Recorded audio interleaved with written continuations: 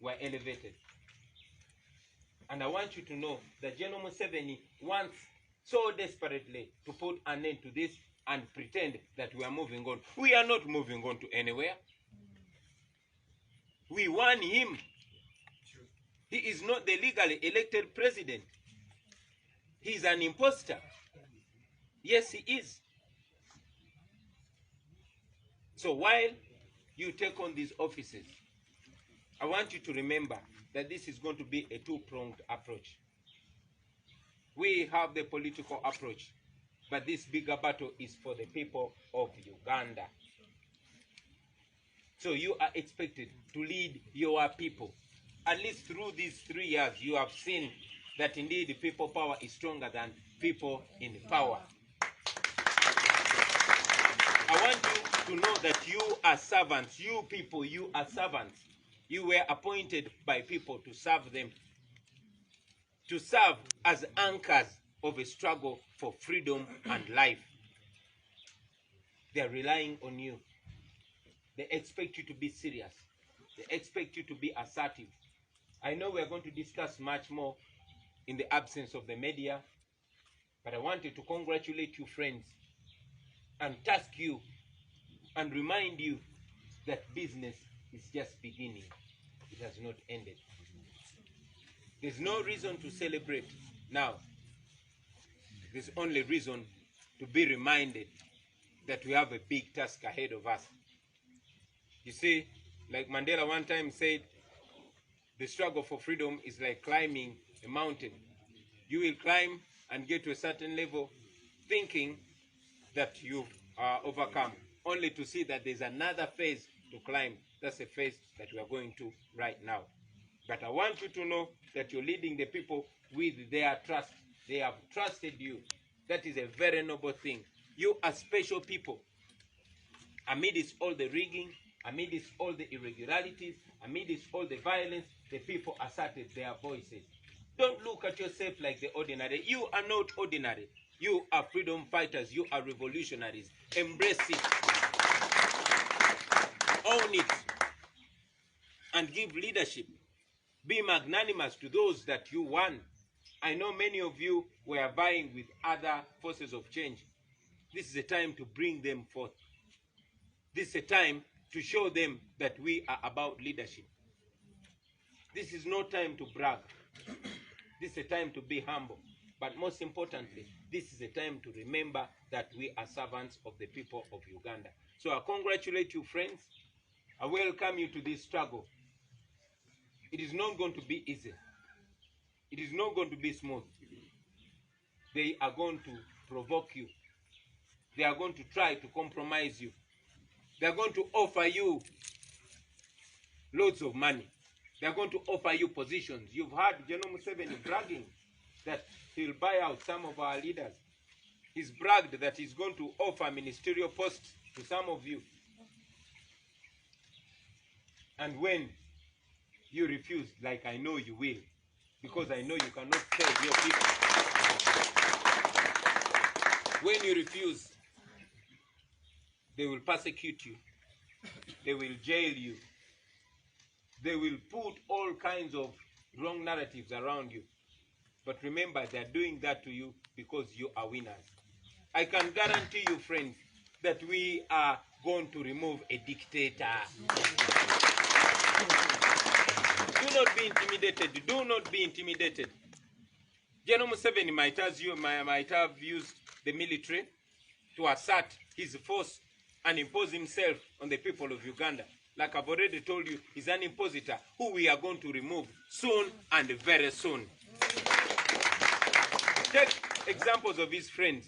Hosni Mubarak, who purported to have won with 80-something%. His recently kicked out friend, Omar el-Bashir, who supposed to have won an election with 90%. Not more than a year, he was out of office. We want Museveni out of office in less than a year.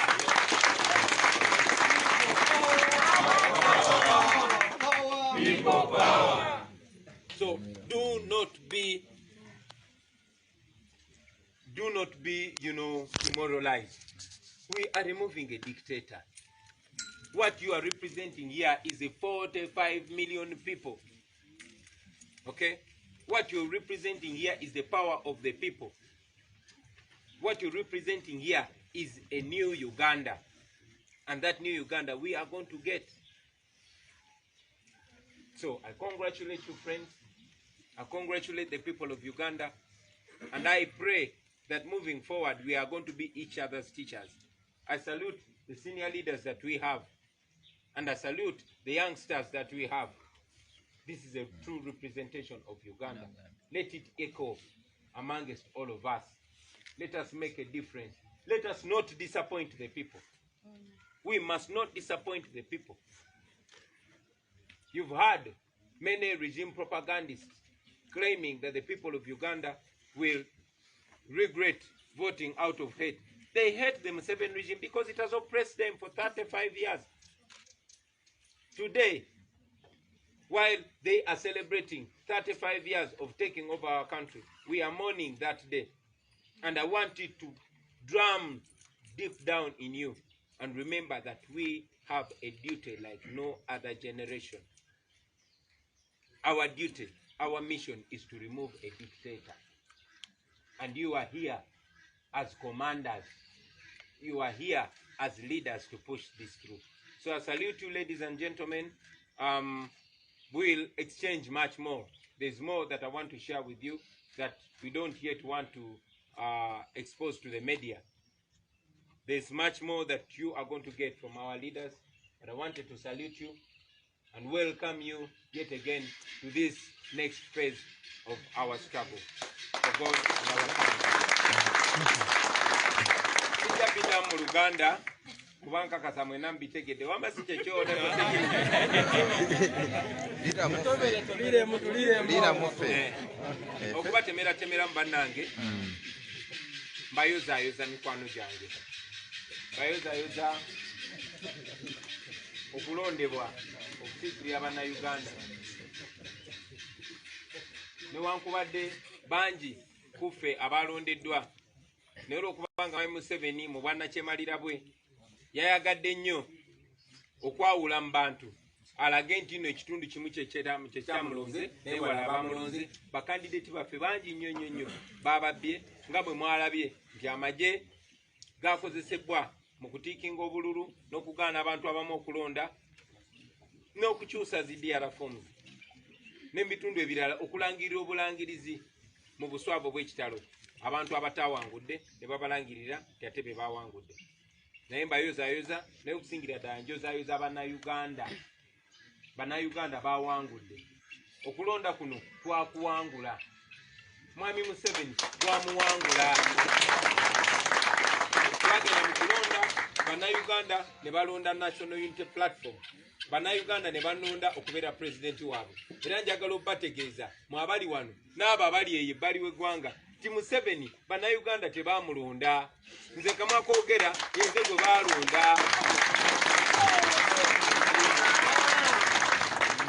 era ffe tuwakanya mwami byabakama bye yayogera mwami Museveni tebamulonda ffe tetumulaba nga pulezidenti waffe kuba bannayuganda tebamulonda era mu buswavu obw'ekitalo yalina okusindika amagye mu bumenyi bw'amateeka ne gatwetoloola ne gansibira awo ne waka ne first lady wammwe bwe mwalonda.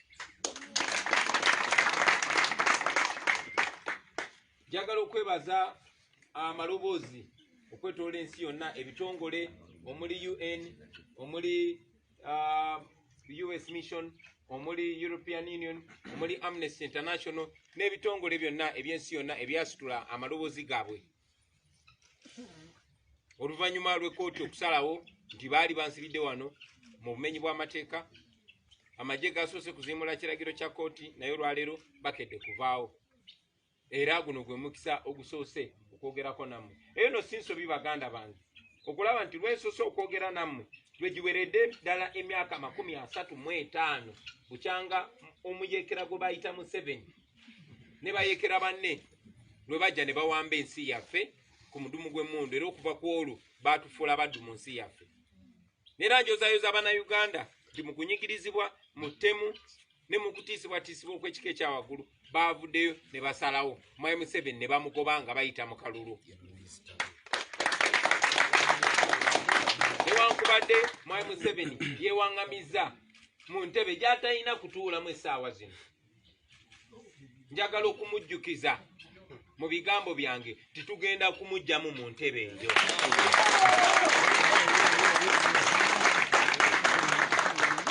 Njagala obajjukiza mikwano gyange nti ebifo bye babalonzeemu si byakulya pate, wabula babawadde bwesige na bugumu na tebayita stamp of approval mu bakulembere.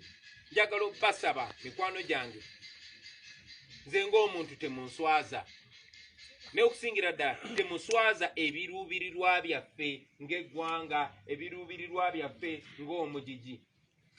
Abasinga obungi kummwe temwali bazaale Museveni we yawambira ensi yaffe, kati muli babaka ba paliamenti. Ekyo nno kibajjukize nti tulina omulimu ogw'amaanyi ogw'okweggyako nakyemalira, ate nga tugenda kikola nga Mukama ye mubeezi waffe. Njagala okubajjukiza nti obuyinza obw'abantu basazeewo mubakiikirire, ebifo byammwe mubikozese nga front ey'okulwanyisa obwannakyemalira buno. Mubikozese nga front, muli malobozi g'abantu. Nze nga mbagamba nti sirina njawulo nammwe, era nga mbagamba nti nze kyensinga okwagala kwe kwekubisaamu abantu bangi nnyo nnyo nnyo. Ndi musanyufu nti mwenna muli Bakyagulanyi n'okukirawo. Era nga njagala okubakunga mikwano gyange mugende mukole ekyo kyennyini abantu kye bakkiririzaamu. Omulamwa gwaffe gwakuggyako dictator, tetukikweka. Mission gye tuliko yakuggyako nakyemalira Museveni. Bannayuganda bamugyeko nga bayita mu kalulu. Mwenna mukiraba, obujulizi we buli mu zi videos, mu zi declaration forms, newankubadde abasirikale n'amagye bagifudde mission yaabwe okugenda nga balumbagana ba agent baffe nga babawambako declaration forms, naye obujulizi we buli titwawangudde mwami Museveni. Ekiddako kwe kukulembera bannayuganda bannaffe okweggyako nakyemalira. Njagala obajjukiza nga mba waggulu nti mikwano gya Museveni omuli Hosni Mubaraka bwe bajjako e Egypt n'amaanyi g'abantu nga tebakozeseza muntu, yali yakamala okwerangirira nti awangudde n'ebitundu ebisukka mu 8. Hosni Mubaraka tanaweza mwaka nga bamuggyeko, era yali tanaweza mwaka nga wambye obuyinza bw'abantu nga ye Egypt n'amaanyi g'abantu nga tebakozeseza muntu, yali yakamala okwerangirira nti awangudde n'ebitundu ebisukka mu 8. Hosni Mubaraka tanaweza mwaka nga bamuggyeko, era yali tanaweza mwaka nga wambye obuyinza bw'abantu nga ye ng'abasiba ekiwaani nti yawangudde n'ebitundu ebisukka mu 9. Bashir gwe baakajjako ne Sudan yali tanaweza mwaka nga yeerangiridde nga bw'awangudde, of course mu bulimba, n'ebitundu 9 ku buli 100. Kati ate ono Museveni namukadde. Njagala okubategeeza nti bannayuganda bali naffe, naye mmwe mulina obbawo obukulembeze. Ensonga lwaki mwami Museveni ansibira ewaka, ensonga lwaki amaaso agateeka ku nze, kubanga alowooza nti nze bwanzigyamu mmwe olwo kiba kiwedde. Njagala obbakunga olunaku lwaleero mikwano gyange, mumanye nti guno mulamwa tegukoma ku Kyagulanyi, wabula mwenna abantu okubalonda kitegeeza nti naawe oli Kyagulanyi ewammwe, ate naawe mu constituency yo osobola okukunga Bakyagulanyi ne bawera 10, ne bawera 1,000, ne bawera bangi. N'olw'ensonga eyo njagala okubategeeza mikwano gyange nti ne lwaleero lwennyini basobola okuddamu ne beetoola amaka gange, basobola n'okunkwata ne bansibira ewalala, basobola n'okunzita, naye tuba tukomye? No, tuba tetukomye. Samola Mache yagamba aluta continua, olutalo tugenda mu maaso. Basaba mweweeyo nga saddaaka mikwano gyange.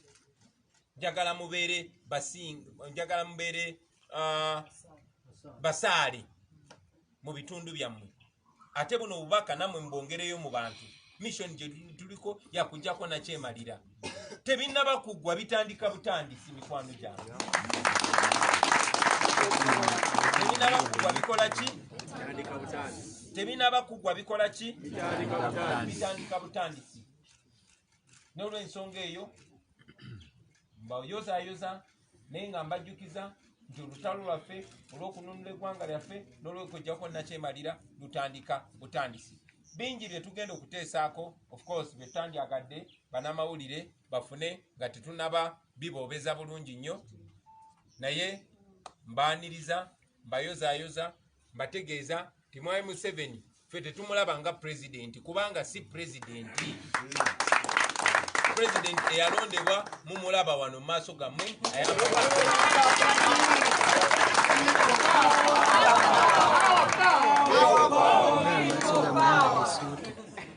Bannayuganda abayimiridde naffe tujja kuba mu biseera ebiddako mu maaso nga tubagaidinga engeri gye tugenda okutambula.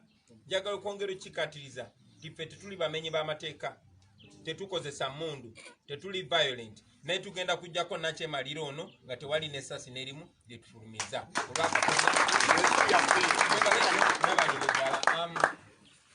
Ndowooza nja kufunayo ebibuuzo nga 2-3 okuva eri bannamawulire, then tugende maaso n'olukuŋŋaana lwaffe. Thank you very much, Mr. President. Another round of applause, please. I can definitely not add anything to that. But before I call the questions, I want to make a few introductions of leaders that we did not introduce at the start. We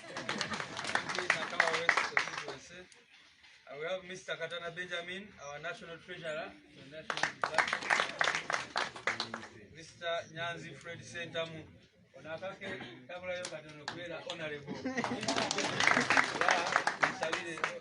Chairman. Then we have Honorable Muhammad Segirinya. People power, our power, people power. Kawempe North. Honorable Patrick Nsamba, Oshavia, I think I saw him around. People power, our power, people power.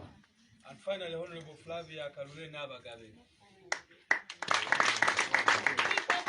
Our power, people power. And there are others who came in after we had done introductions. Honorable Joyce Vagala, right there. All right, so we'll take a few questions. Yes, please. Thank you very much, Honorable. I must congratulate you that you won, like you insist. My question is, normally, ever since elections ended, I'm called Dennis Karo from Channel 4040. Those people are continuing to spread the gospel how they defeated you.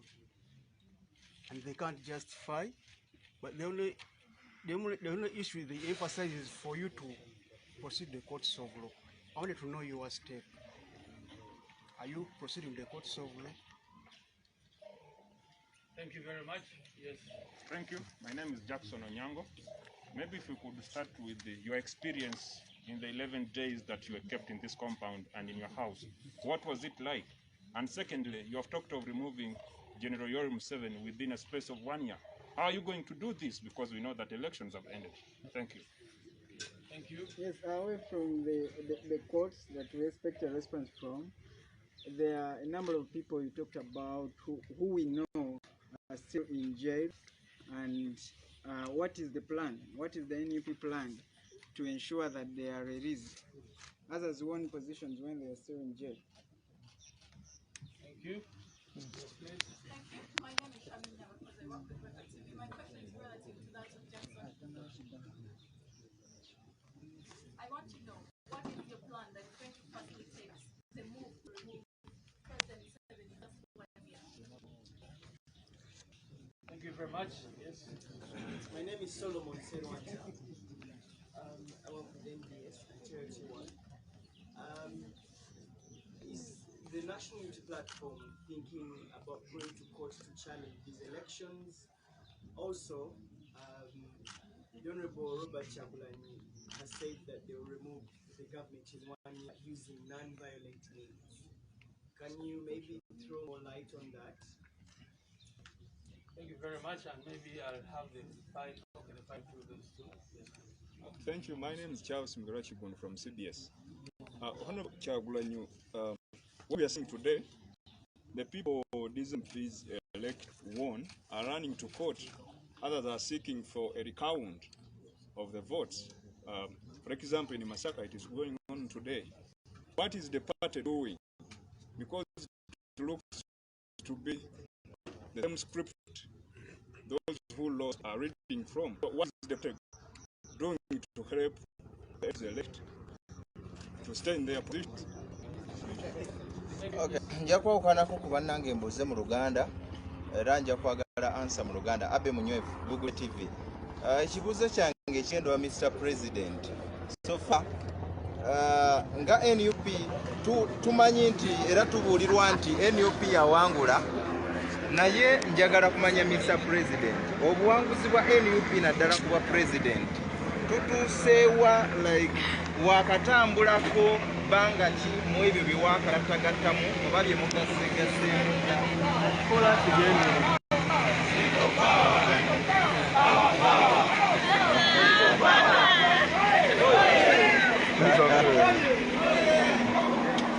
So Mr. President nga bakyakubega kampiseewo ekibuuzo kyange. Sebo Mr. President nsubira nga NUP sofa eyina byegasseeko ko okwetooloola eggwanga nga ekosa app eri eya YouVote oba enkola endala yonna. Sofa ku ebyo ebigattiddwako tutuuseeko wa? Era singa ofuna omuwendo ogusinga ku ogwa Electoral Commission yakuwa ne bw'oba tofunye DR forms ziri ezaatwalibwa kikyobozaako?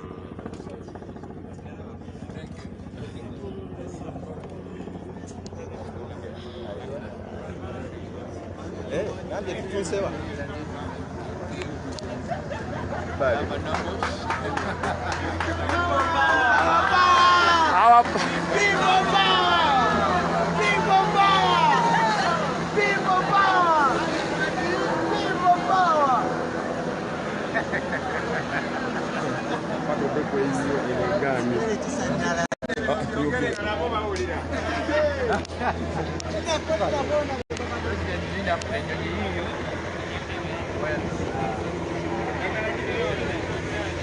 Uganda wange bali serious.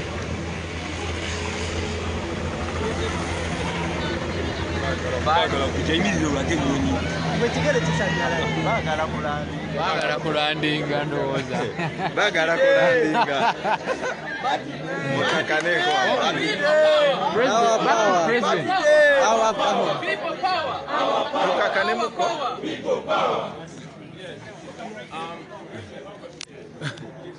I'll have a speech.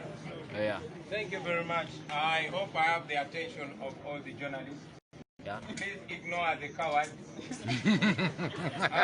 First of all, I've been asked by journalists who must have misquoted me, saying that I've said we are going to remove Museveni within 1 year.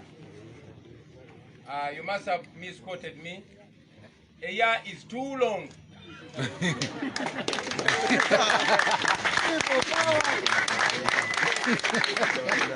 A year is too long. A year under General Museveni means more death, means more oppression, means more poverty, means more lawlessness. Even a month, even a week. The people of Uganda have the right to stand, to rise up against misrule, against injustice, anytime, as soon as yesterday and as late as now. The law provides for the people of Uganda to stand for their rights, and we encourage them to stand against, one, the fraudulent results that were read by Mr. Byabakama. Mr. Museveni should not be president of Uganda. And we encourage the people of Uganda to use all legal and all non-violent means and ideas that they have to free themselves from the Museveni dictatorship. So I did not say a year. If it happens in a year, it will be very late. But I mean, I was giving an example of Sudan, where Mubarak apparently won with over 90%, but it was not even a year that he was out of power. So I'm telling you that a year is too long. The people of Uganda have a right to stand against the Museveni dictatorship. Dictators have fallen much more faster than people have ever imagined. So I wanted to make that very clear. We were asked about going to court. First of all, I want you to know that we have overwhelming evidence in terms of discrepancies in the figures. You all know that Mr. Byabakama announced results that were non-existent. The first result announced the winner, and then they start compiling results. That is what Mr. Byabakama did, and we disagree with that fraud. While we have all the evidence, we told you that we are in discussions with colleagues on how to proceed about the court, which we know that General Museveni appoints. He appoints the entire bench of the Supreme Court, and we have, learned from the past. We saw what came out of the decision that was arrived at in the 2011 BSJ court petition, and what came out of the Mama and Baba's petition. And should we go to court, it should be another front to expose the regime. But most importantly, the court we believe in most is a court of public opinion. We have believed always in people power. Our energy, our hope, and our power is within the people of Uganda. So it is the court of public opinion that is most important to us. About the plan I'll refer some questions to our legal team and our Secretary General. For example, the MPs running to court, and about the U-Vote app. But I'll just respond to the question of the experience under house arrest. Well, what can I say? Home feels different when your friends are here. Where you are seated right now, there were tents of soldiers. They jumped over the fence and took over our compound. They could not allow my wife to access our garden. They beat up our security guards and terrorized everybody that we stay with. But, I mean, that serves only to expose the kind of regime that is presiding over us. I will not talk so much about the stress and the experience. All I can say is that we are here. And we are not giving up. All that stress only made us strong and proved to us that Museveni is so scared of us. And finally, about the jailed comrades, you are aware that more than 400 of our colleagues are in prisons across the country. We heard from our colleagues that were charged in military court and remanded in Chitalia, including Nubian Lee. All his hair has been shaved off as an effort to humiliate him. And many other comrades are sick, but they are strong in the spirit. Continue to pray for them, but most importantly, we continue to demand for their freedom. And if you had so many reasons to demand for the freedom of our people and to stand against the Museveni regime, let this be yet another strong reason for you to fight on. I thank you, and I forward it to you, Comrade Secretary General. Thank you very much. Uganda.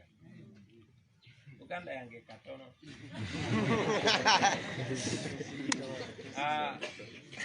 Mwebale nnyo. Mu Luganda batubuuzizza ku nsonga waliwo munnamawulire alina okuba nga yampulidde bubi. Agambye nti ngambye nti Museveni twagala mujjako omwaka muwanvu nnyo. Omwaka omulamba nga Museveni yatufuga, kitegeeza kwongera bannayuganda kufa na kuttibwa, bannayuganda kwongera kubuzibwawo, bannabyamizannyo abasambi b'omupiira ne babokisa kutemulwa nga tewali ripooti. Kitegeeza bakyala baffe n'abaana baffe kwongera kufa. Kitegeeza kubeera nga tufugibwa mudumu gwa mmundu. So omwaka muwanvu nnyo nga tufugibwa Museveni, n'omwezi muwanvu nnyo. Obwangu obusinga okwetakululako Nakyemalira Museveni bwandibadde bwajjo. okulwawo ennyo kulina kubeera kwa leero.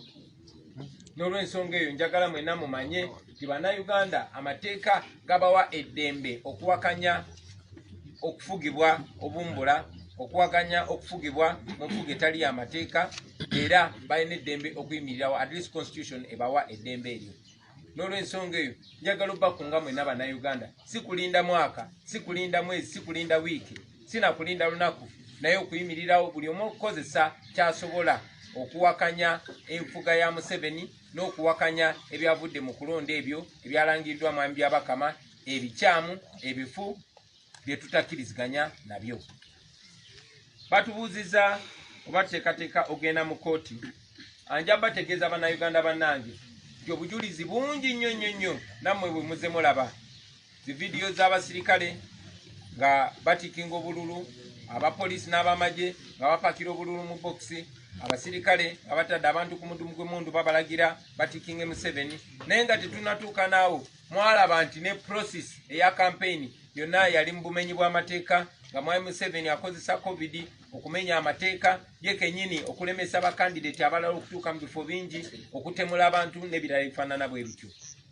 Ebyo byonna byandibadde bimala bumazi okusazibwamu okulonda kuno, naye era tumanyi bulungi nnyo nti ekooti ezo naddala ekooti enkulu mwami Museveni bonna yabawa omulimu, era tumanyi bulungi nnyo nti mu byafaayo okugeza okulonda kwa 2011 n'okulonda kwa 2016 okwaloopebwa mwami Besigye ne mwami Amama Mbabazi ebyasalibwawo ekooti mwabiraba. Okunaabagenda mu kooti, ekimu ku bigendererwa kujja kubeera kwakwanika kooti ezo. Mwenna mwawulidde omulamuzi Ssaabalamuzi w'eggwanga mwami Owiny Dollo ng'agamba tebafugibwa mwami Museveni. Ekyo tukyayogera ne bannaffe tulabe oba tubagezesa nabo tubakubemu ttooki, si eyawano yokka wabula ey'ensi yonna. Naye njagala obbategeeza nti ekooti esingayo obukulu ffe gye tulinamu obwesige ye kooti ey'abantu ey'abannayuganda. Bambuuziza embeera gye tubadde tuyitamu ennaku 11 bwe tubadde abasibe. Njagala obbategeeza nti wano we mutudde wonna wabadde wajjudde magye nga gawamba oluggya lwaffe, gawamba ennimiro zaffe, ge galya emmere yaffe, ne batukkiriza na kugenda mu nnimiro yaffe kugyayo emmere. Naye oluvannyuma lw'ennaku 11 okuggyako okusalamu kaweiti akatono n'okola figa tukyaliwo, tukyali bagumu era tukyagenda mu maaso paka nga tuggyeko nakyemalira Museveni byaddala. Ebibuuzo ebirala nja kusaba bannange babiddemu, omuli ekyababaka baffe ababbiddwa abateeseza okukyogenda mu kooti n'ekya You Vote Up. Naye bambuziza kyenjagala okuddamu ekisembayo kyekya bannaffe abali mu makomera. Tubategeeza nti bannaffe bangi nnyo bali mu 100 bali mu makomera ag'enjawulo mu ggwanga, mwe muli n'abali campaign team yaffe abakwatibwa abatwalibwa mu kooti y'amagye, newankubadde babakwata nange naye bo ne batwala mu kooti y'amagye, muli Banubiani ba Edi Mutwe n'abalala.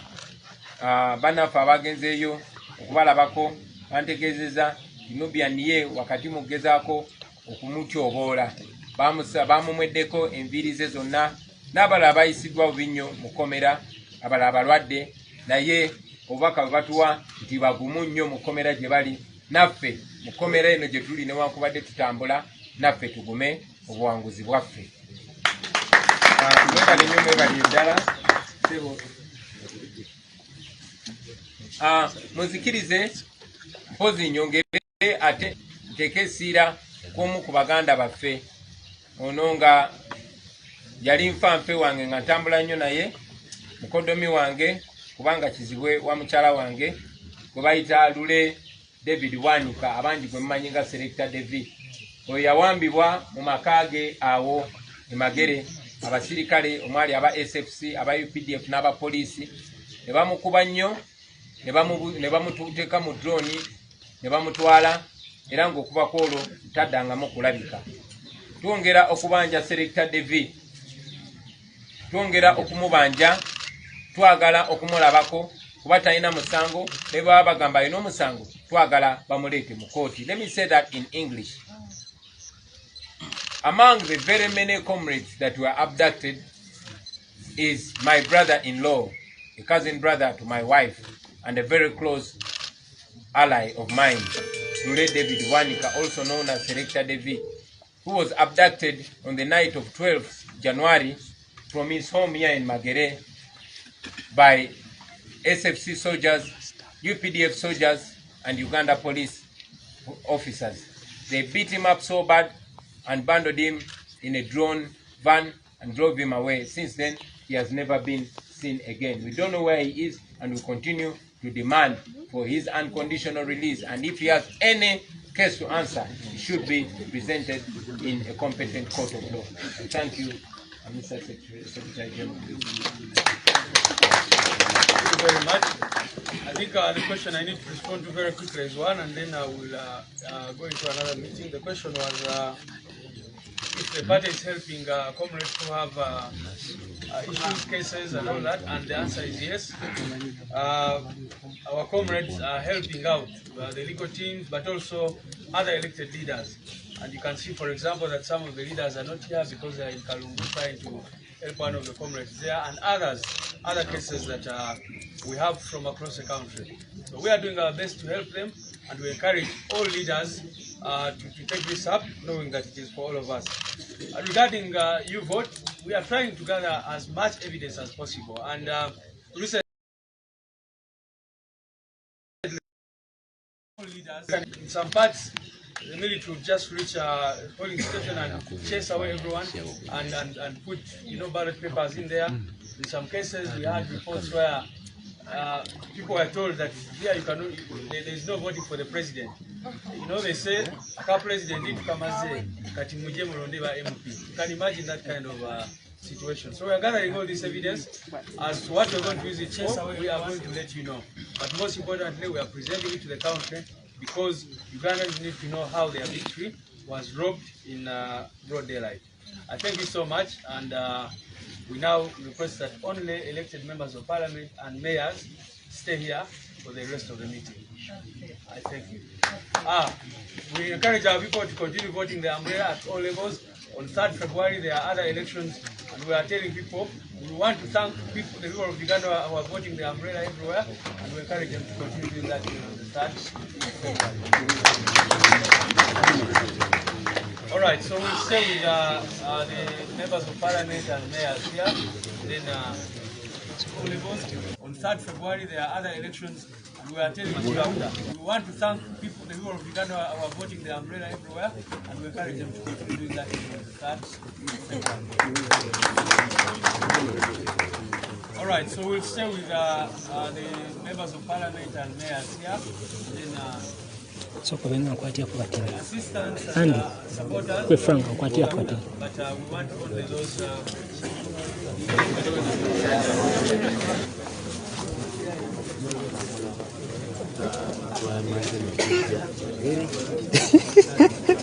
wakati munyigiri nenga mwaze mutya kubadde naye era ndowooza olaba nti okunyigiriza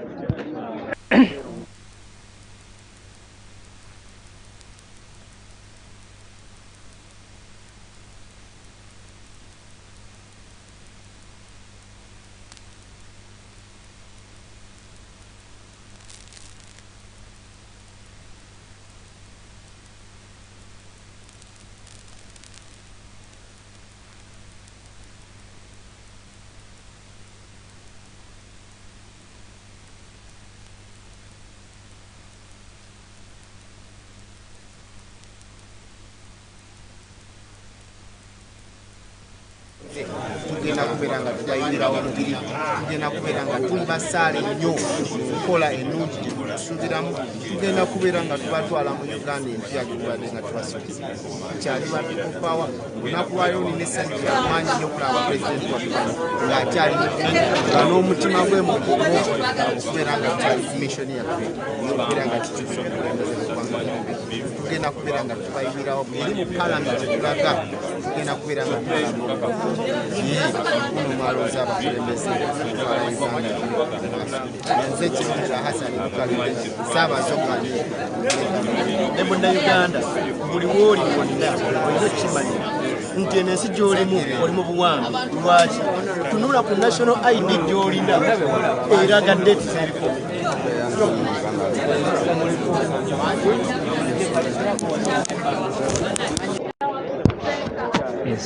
eyo embeera ekyali emagere abakulembeze abalonde bazze kugerako n'omukulembeze waabwe kati batuseeko abamu ku bo ebigenda mu maaso tubirabye tufunye okuzibwamu amaanyi okub'ekika ekyawaggulu pulezidenti waffe nga bamulabye very much powerful amaanyi alina mangi nnyo essubi alitukirizaamu okukola abakulembeze abalondeddwa naye so much pulezidenti Kyagulanyi azizza essubi mu bannayuganda ababadde mubadde muyinza okulooza nti munaalaba Kyagulanyi mulundi nasobose mugenda kulaba omuntu aweddemu amaanyi mugenda kulaba omuntu atalina ssuubi naye Kyagulanyi oli gwe mumanyi abadde abuuka amasasi abadde abuuka zi sound bomb abadde abuuka omusaayi nga guyiika alabye byonna olwaleero atatulaze tutandika butandisi and personally kulaba nkubiikawo in the south personally kulaba Uganda lwasoboka abali wano n'abali ekabamayanja have been encouraged tutandika butandisi pulezidenti atugambye tetulina kumuswaza ekisinga omukulu tetulina kumuswaza bannayuganda akoze ne statement ennungi abantu abamu badde balowooza nti okugenda mu kooti ekisinga okubeera tunyonyodde n'atugamba it's one of the options ezirowoozebwako but the most important option y'ey'abantu bannayuganda munnayuganda atulaba buli munnayuganda atugoberera munnayuganda atuwuliriza pulezidenti atugambye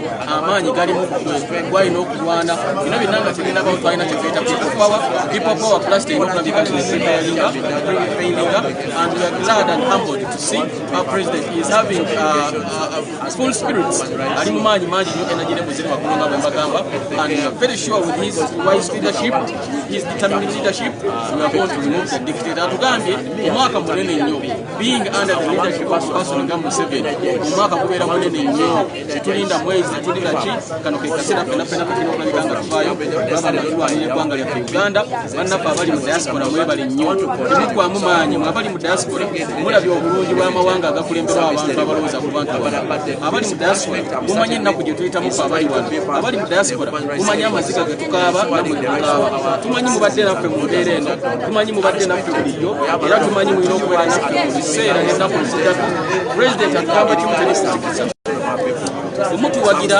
omutusabira omwagala struggle ne revolution amanyi gaffe gagenda kulabika tibageyongera nnyo bannaffe bannayuganda abali eggwanga mwebale nnyo mwebali bisala that invisible hand that keeps the fire burning is progressing buli omukono ogutalabika okusigala nga gukulira okubeera nga gweyongera and we are sure God alinaffe katonda alinaffe nekirala we have the blessings of the Almighty God the international community is squarely and surely with us ne bannayuganda bonna bamanyi omuntu gwe balonda it's just a matter of time president atugambye tetugenda kugamba tulinda mwaka bamanyi bagamba ba Museveni bagenda mulayiza mwezi gwa kutaano we cannot wait for that so tugenda mu meeting ey'omunda nga bwategeezeza tumanyi meeting egenda kuvaamu ebibala bingi nnyo ng'ababaka abalonde ne pulezidenti waffe tumanyi meeting egenda kuvaamu ebirowoozo bingi nnyo kosi bisinja okubanga tugira bannayuganda bati bottom line kwata tochi eyo kwata mumuli ogwo kwata manvuye tubeere nga tukuweza up to until when we liberate our motherland banaye katugende mu meeting thank you so much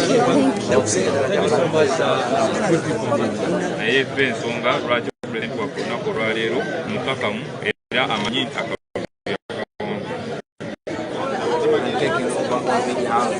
so it goes back to the people of Uganda to fight non-violently and legally to ensure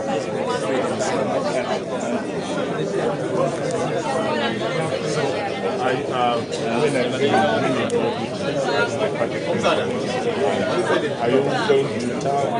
When do you think you will resume? My duties are ongoing, not just as party president, but as a freedom fighter.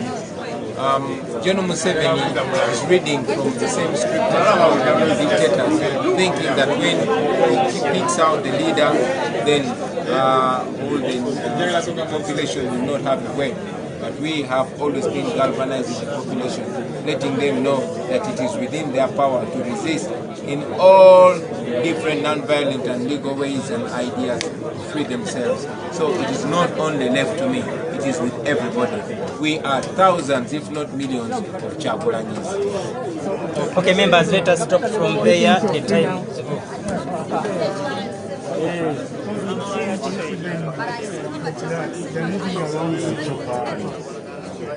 I was born free, and I'm free, only that I'm everywhere in chains.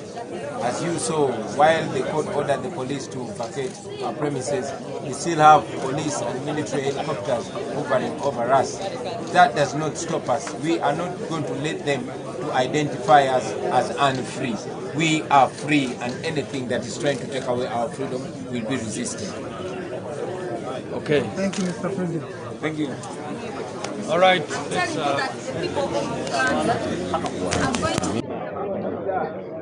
Yeyembera.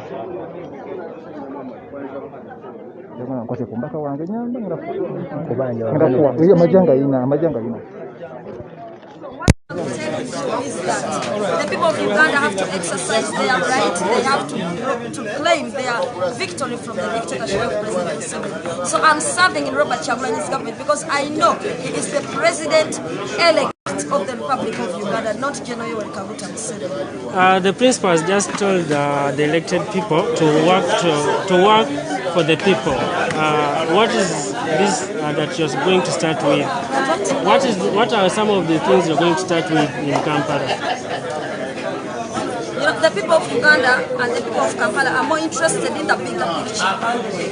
They are more interested in seeing the change of leadership from the top to bottom. So as a Kampala woman member of parliament, my mandate first is to represent the people of Kampala in the parliament of Uganda, but also to look at the bigger picture and most importantly to fight that dictatorship by ensuring that we put an end to the 35-year rule of President Museveni. So first, I'll have to ensure that I stand for justice, fairness and equality.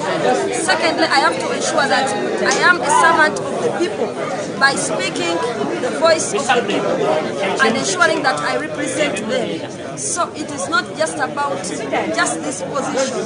And maybe thirdly is maybe to look at the different sectors and the issues that are affecting them and try to stand up for them and maybe their voice so that maybe their issues can be sorted, like issues to do with high taxation, issues of hawkers and street vendors being manhandled by the KCCA authority. So those are all issues that I'm going to look at. But like I told you, the people of Uganda all over, and actually those in the diaspora, are more interested in change of leadership from the top to bottom.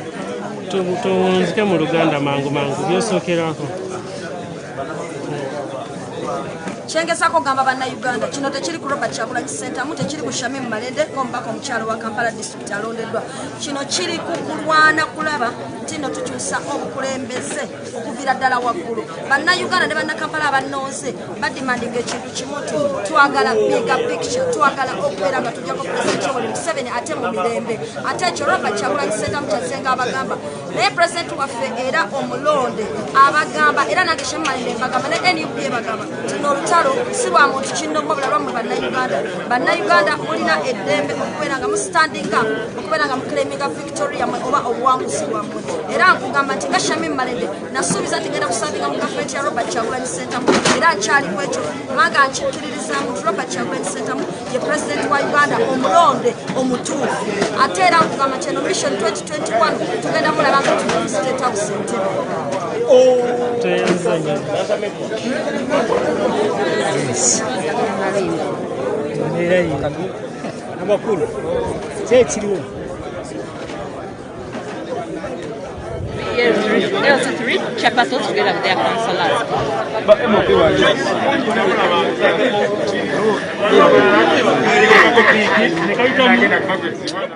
Kanzije mukasiisira. Kanseke malirize ande. Ndi wali mukatundu kange kati wali nsuubira kulaki neboyo mutu kumajira abagodde majja kirina bagenda kubeera sijja kukulina bagenda kubeerayo mu 11 mugwa mukaaga nga abantu bamaze okulayira bamaze okulayira twatulinda kati osalako ate ekirungi ekirimu mwana generation kati gwe kasebashiri akitegeera. I'm going to change a network.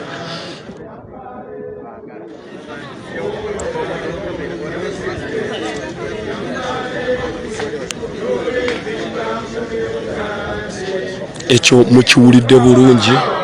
Yiyo meeting ey'abakulu omutayina kubeera bannamawulire, yeyo meeting eriwo, then ebinaavaayo kyonna ffe tujja kubeera tugenda nakyo nga bannamawulire. Meeting egyalimu soke tulinde meeting eno nayo esooke eggwe. Uganda, we never met it. We were actually in a war. You saw the army running polling stations. You saw the army running the election process. You saw the army and the police doing almost everything. Yet there would be institutions that would protect the interest of Ugandans. There were institutions protecting only the president and his regime candidates. That's very unfortunate. And we want to ask all Ugandans that the war ended, the battle ended in the election, but the war still continues until we liberate this country. Thank you very much. Your names and my name is Patrick Nsamba and Pikasanga. All right. Basebere bannyabo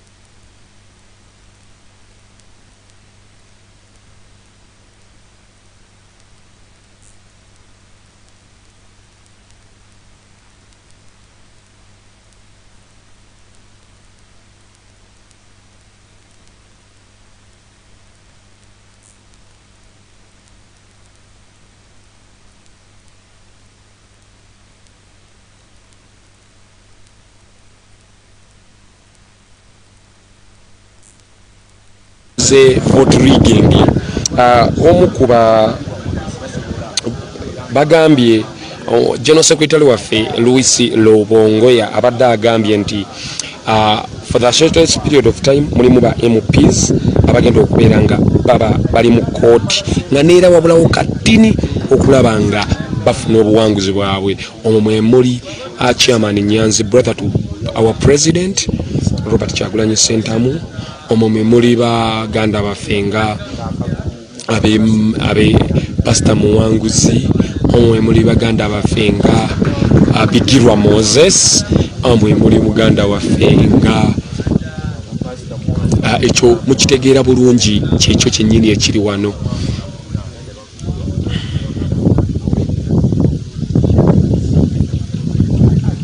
Abantu abasinga kyebalabe kwagala okuwamba ddoboozi ly'abantu, kwekakatika ku bantu nga bw'olaba era omukulembeze eyawambye obululu bwaffe bwe tugenda okubanja essaawa yonna oba omukulembeze Kyagulanyi Ssentamu Robert.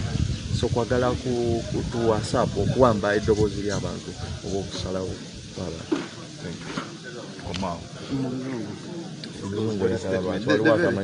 The very statement. And by name is Matov Charles. From Busilo South constituency. Well, we had a court case for the recount of votes. It was the applicant was Walpole.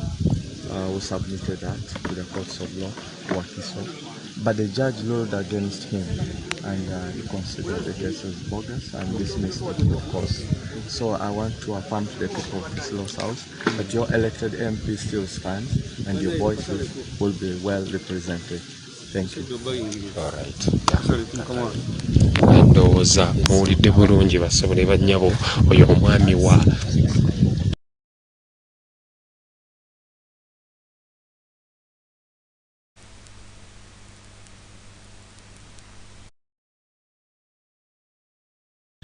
Busiro South. Ekiriwo abakulu bali mu meeting saawa zino. Abakulu bali mu meeting saawa zino. Njagala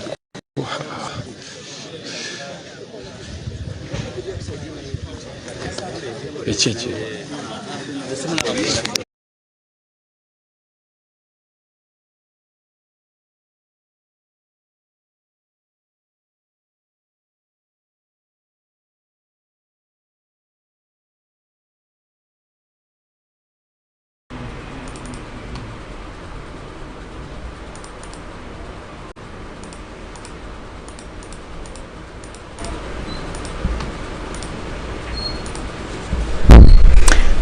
Yes, I believe now you hear me very well. I've been talking and I think I had the challenge or network problem or issue with my sound. That has been the president of the National Inter Platform. All I can first say to you guys, thanks for joining in, thanks for watching, thanks for always following up what's going on here and there. That has been the president of the National Inter Platform, our president-elect, the president we Ugandans elected for, voted for on the 14th of January 2021. Remember, after the elections, within 48 hours, Justice Byabakama, the chairperson of the Electoral Commission, came out to declare dictator Despot Yoweri Kaguta Museveni as the elected or as the winner.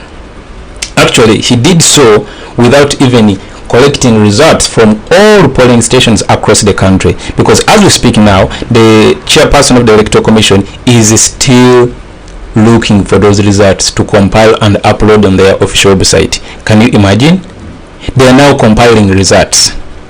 They are now compiling those results in order to give to the public how the election went on in different parts across the world, I mean across the country. And then you wonder where they get those results they read. So that's why these days they keep hunting each and every one, each and every agent of Bobiwine. They keep hunting them, those that have declaration forms, those that have forms they obtained from those polling stations. Man, so that's the story. But Kyagulanyi Ssentamu Robert has said that we are going to remove this dictator within less than a year. And then he continued and said, even a year is too long. That's the president. So I'm going to, of course, to upload for you certainly those that missed. Maybe let me share you the link here and you go and watch. And of course, I'm going to upload the full English version as well, because I'm very sure most of you missed the English version. So I'm going to upload it for you. In brief, it is just getting started. It is not yet over, and until it is over. It is not yet over. That's the fact. So as if this is just the beginning. But of course, you know, this election was just part of the process to free ourselves from dictator Museveni. Yes, this was just a process.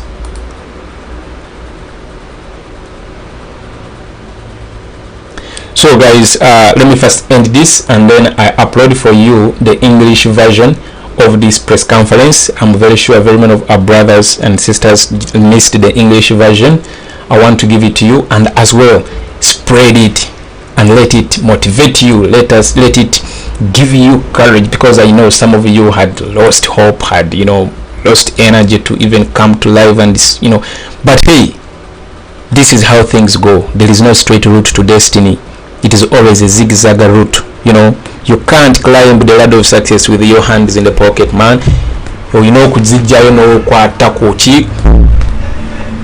So basically that is that.